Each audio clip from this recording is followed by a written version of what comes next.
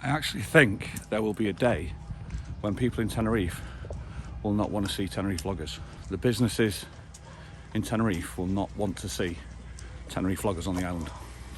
And that day's coming soon.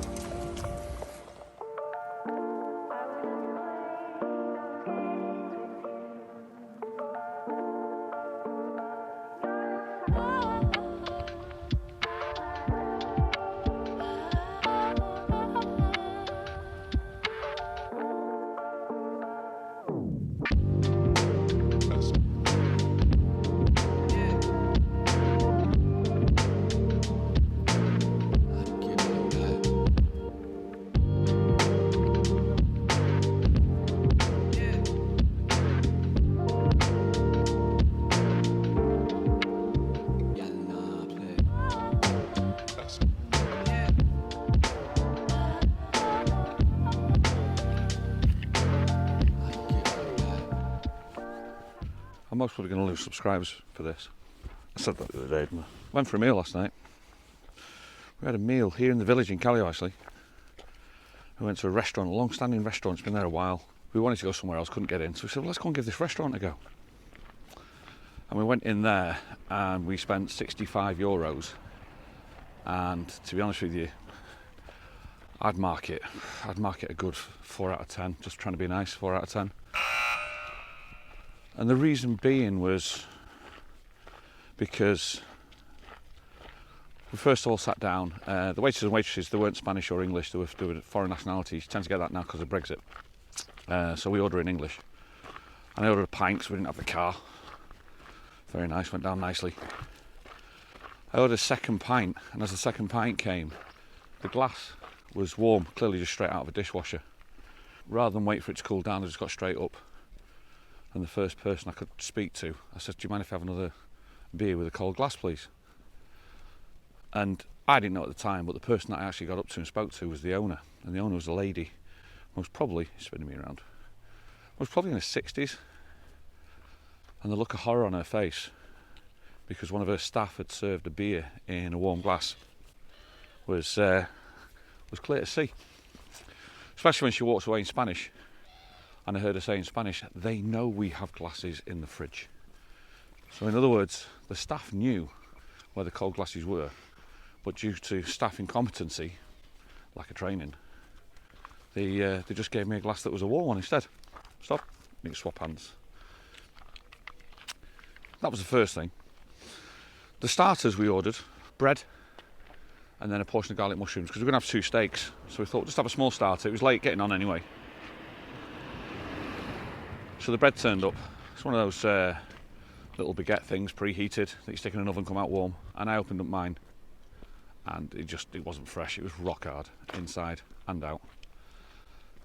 And I'm like, I hate complaining. Trust me, I will complain, but I hate complaining. So again, I had to wait for her to come past, and I knew I could tell it was the owner by now. And I said, look, I'm so sorry. And I actually said to her, I said, I'm so sorry. I said, but the bread, it's not fresh. Is there any chance of getting some fresh bread? The look of horror on her face again. It was almost like exasperation. And then she went off and came back. The bread was fresh. Mushrooms were amazing. Steak was cooked to perfection. I had, what's the cheese called? Roquefort. Yeah, I had Roquefort. Come on. I had Roquefort cheese. Shelley had pepper sauce. Shelley's pepper sauce was fantastic. My Roquefort cheese was nothing like Roquefort. It was nowhere near as strong as Roquefort, so it must be not going to say watered down, but creamed down, so it was like a little bit creamier. So to me it was like, yeah, it was either that or something. I gave it to Shelley because Shelley doesn't really like smelly cheese, but she loved this one because it was like creamed down smelly cheese. She thought it was amazing. So 2 differences of opinions once again. That's the reason why I justify giving it a 4 out of 10. However, there's a little dog coming over here. Hola. People are waking up. That's the reason I give it a 4 out of 10. However, it'd actually make a fantastic vlog as well, most probably. It'd make a great vlog. And I could tell everybody how bad the warm beer is. I could most probably tell everybody how bad the bread was. And when you think of an angle how to make the vlog. Most probably I'd do the thumbnail something like how the beer was so disgusting. They served me warm beer. Something like that. The trouble is, with one stroke of doing that, I'm not actually doing any good, because a woman who clearly cares for her business, she's horrified when one member of staff serves me beer from a warm glass. And it brings me to another thought process, to be honest with you. The thought process is this. For those of you that drive a car, let me just swap hands again. We're on a hill. Think of the car that you drive. Think about how much that car would be when it was brand new, right? So not when you bought it brand new, but when it was actually brand new. So let's pick a car somewhere between 10 and 20 grand, for instance, okay? How much money do you think was spent in research and design to create that model? How much money do you think was created in the factories to build the machines to create that model? How much money was then on personnel that was used to work on the machines? How much money was spent in marketing to get that car into the wider public? How much money was spent on transportation to get that car to a dealership? For then you to walk into a dealership, to come across a salesman that's maybe 2 weeks into the job, and he starts off with a closed question going, "Hi, do you need any help there?" First answer everybody gives is, "No thanks, just looking." So all those millions that have been spent has been ruined by one sentence, or by, if it was in written form, by one stroke of a pen, or in YouTube form, 1 9-minute video. And I think that's what I'm trying to get at.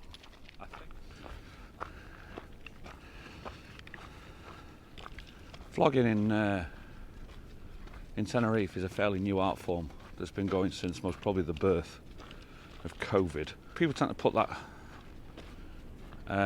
mantle down to people like Lee the Map Master and Andrew the Night Strider, and they were the trailblazers when it came to vlogging in Tenerife. That's what it was, vlogging in Tenerife. Our channel was already up and running. We'd been going most probably a couple of months before they came onto the scene. 2 seconds, he's pulling again. At the time I had a clear idea of which way we were going to go, but clearly you can't talk about Tenerife vlogging without mentioning what these two have done. I'm not going to say for Tenerife, I'm going to say for YouTube, really, what they've done for YouTube. You're talking about an area of 10 squared kilometres roughly, and even though you start off with it, it's absolutely phenomenal.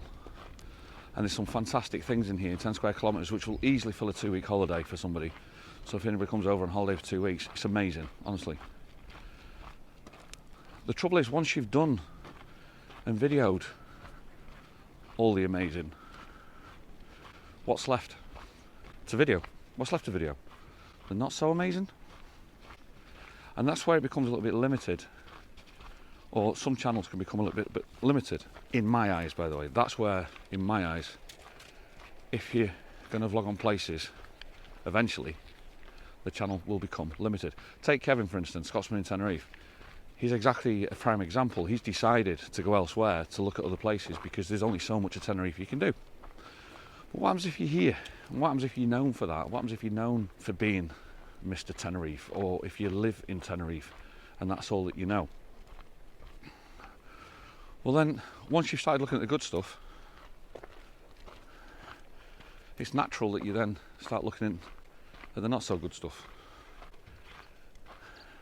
And that's where it becomes a problem, because when you're looking at the good stuff and the views start coming in and the money's there, and you realise then the potential of how much money you can make, or people can make from here. Some of them are actually now making a living from YouTube because of it, which is fantastic, honestly, it's brilliant, well done to them. But then the content runs out, the good content, what's then left? Because this is what this vlog for me is about, is the last few months, I've spotted a shift in the happiness of YouTube, the happy vlogs of YouTube. And I've seen it change. And it's at a cost.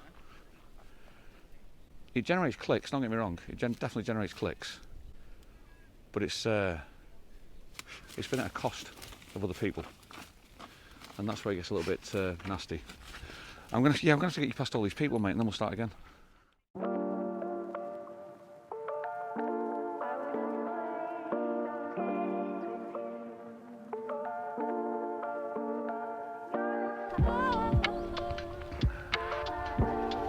I don't watch Tenerife Vloggers. I don't watch vlogs on Tenerife. I did when I started, don't get me wrong, I did when I started because I use that as a tool to learn, but I've moved on to bigger YouTubers, bigger people with bigger followings who do better editing, who do better content, in my eyes. But I don't watch Tenerife Vloggers. But I get a lot sent to me. A lot of stuff gets sent to me. Have you seen this, Rick? Have you seen this? Just some because they want to stir, others because they want to genuinely show content. The trouble that I've been getting is that some of the content recently is because people have been disgusted with what's been put out there that's been titled as information, which isn't actually information. And when you look at it, it's clearly what we call in YouTube, we call it clickbait. And clickbait is just where people are doing it purely to try and get the views and try and get the numbers. I was shocked. I was horrified. I was this. Scandalous. And that's what it comes down to. It's they've been becoming more and more prevalent in the people when they're trying to show me stuff in the last couple of months. Hola, buenas. Buenas.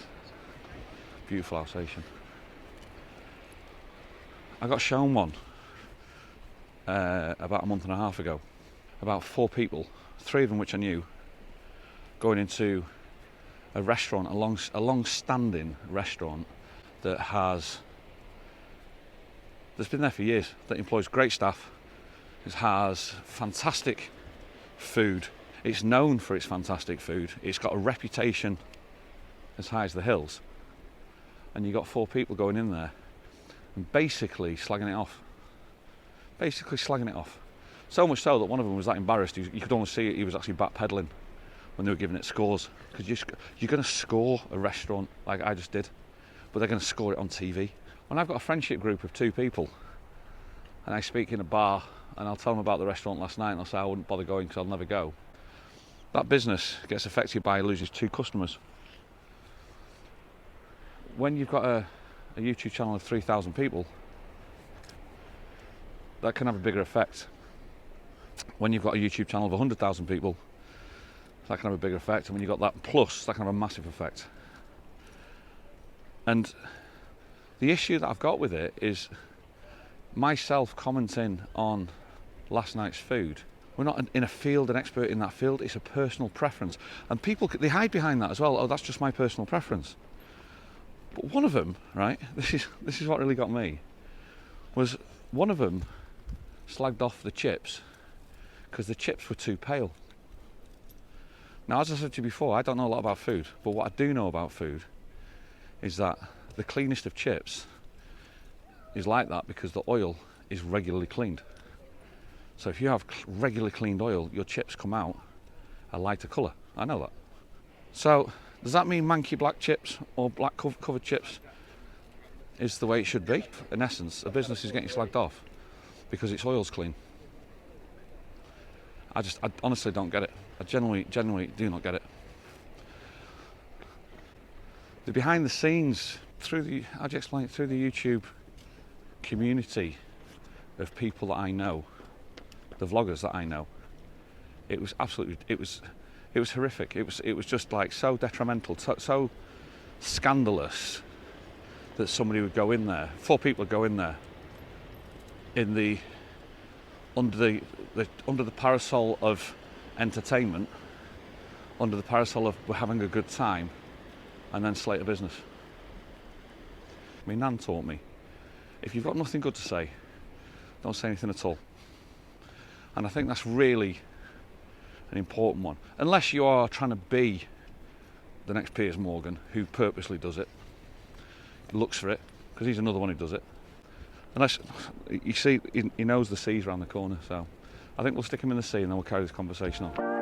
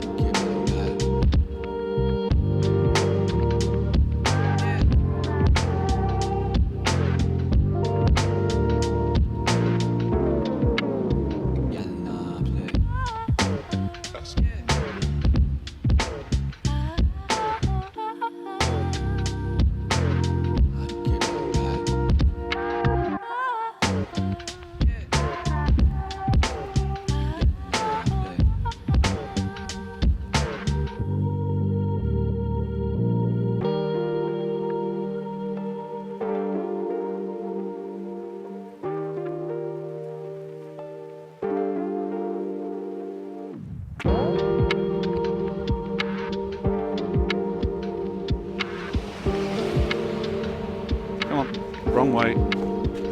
Wrong side, this way, come on. It's time to leave. If anybody else turns up, we just leave.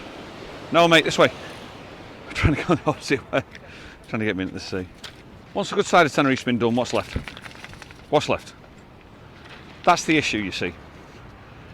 This is my view. The fast win is create a channel, make it all about Tenerife, show how fantastic it is, get all the numbers clicked up, there's your fast win, subscribers, because that obviously means success, subscribers mean success in the YouTube industry. Right. But when you run out of content, because Tenerife's so small, what's left? All that's left then is to look at, come on, what's going on? I don't even know what's over there. Must be a cat. All that's left then is the bad side of Tenerife. And the trouble is, we know in the press world, doom and gloom sells. And the reason why we know it is because it's on your TVs every single day of the week. Tune to BBC, tune to Sky News. It sells. Some YouTubers have cottoned on to that. Things evolve. Rightly or wrongly, things evolve. The problem is, I don't have an issue with that. I only have an issue with it when it starts becoming at a cost of somebody else. Because then I start questioning where the moral compass is. Because we should all have a moral compass, right? To do the right thing. And that's where that line becomes a little bit blurry. Especially when money's involved. Because it's not always easy to do the right thing when you know you get a wad load of cash through writing negatively about Tenerife, for instance. Your own back garden, for instance. When you start shitting in your own back garden. Once again, I don't have an issue with that until they start shitting in my own garden. And that's the only problem I've got, is Tenerife, when they're shitting in their own back garden, they're actually shitting in my back garden as well. And that's when I do get an issue with it. Now some of you, let's get this clear, some of you might say straight away, it's just jealousy.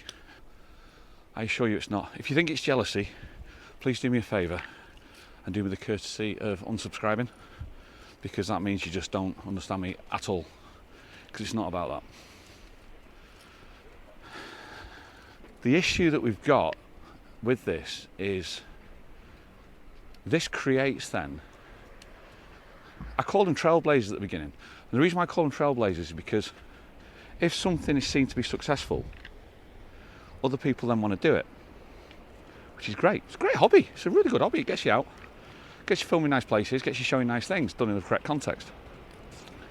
So now, for instance, I think if I type Tenerife in YouTube search bar, I come across about 6 others already, 6 other vloggers who are starting out, who are doing the same thing that the others have done or are already done, and they're just redoing it, which is brilliant. If they're enjoying it, fantastic. But the trouble is, they're learning They're learning from said trailblazers. Now, this is what really got me, and this is the real reason why I made this. There's one of these vloggers who's fairly successful, who then did a walk in the Los Cristianos area, hooked in a YouTuber's name in the title because he knew it'd get clickbait, but then stood outside the same restaurant that these 4 blokes were in, slagging it off only 2 months previous, and went, over there you've got said restaurant, I've heard good and bad reviews about that place, I've never been in myself, go there at your own risk. What is that? What is that? Apart from detrimental. What does that do for a consumer? Is that not what TripAdvisor's there for? Is that not where people have actually got actual experiences? Is that not what your own personal experience is there for? Flabbergasted wasn't the word, it really wasn't. And I think that's the one that compounds it, but it's not their fault, it's where they're getting their style, or they're getting their technique from, or who they're getting their style and technique from. And they don't know any different about it. So that's the reason why I think Tenerife Vloggers will be detrimental to Tenerife. Like all great inventions, the person that invented it or started it isn't normally the person in the end that pioneers it. There's always somebody that comes on behind who then pioneers it. These people are supposed to be pioneers, but the way it's been gone with the trailblazers, I just need to sort them out, 2 secs. These people are never going to change because they've got a money system, or they've got a business plan that's now put in place that creates the income that they are enjoying, and then the lines can sometimes then get blurred. Genuinely can sometimes get blurred. The warning here goes out to the new ones. I've had a very in-depth conversation with one of them as well at the time, and I said to him, don't make it about Tenerife, make it about yourself. Make it about Tenerife's been done to death. You tell me there is not an ounce of pavement that the Scotsman in Tenerife hasn't walked over here. You tell me that. You tell me there's not an ounce of pavement the Mapmaster's jumped over a camera.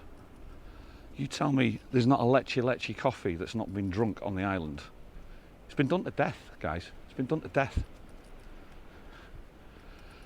Find your niche. Find what works. If you enjoy it, it's great. But hang on. What I will say is, but if you want to do that, that's brilliant. If it brings you enjoyment, fantastic, go for it. But try not to go down. I plead you, for Tenerife's sake, do not go down the detrimental route of slagging places off, of slagging people off, of slagging things off, of slagging the island off.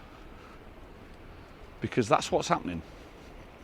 You can see the turn, and it's only a matter of time that you get that turn. It always is only, it's just a matter of time.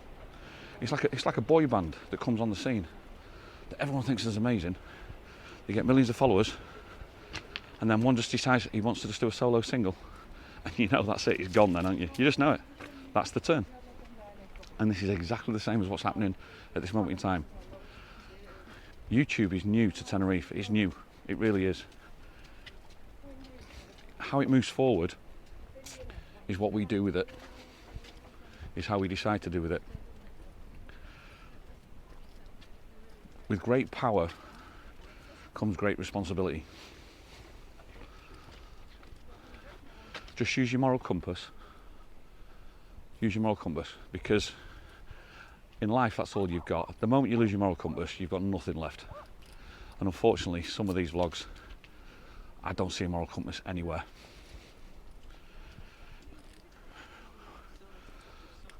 SLCKS, it is here. SLCKS, it is what it is. I live here. This is my home. Don't in my garden. Till the next one, guys. All the best. See you soon.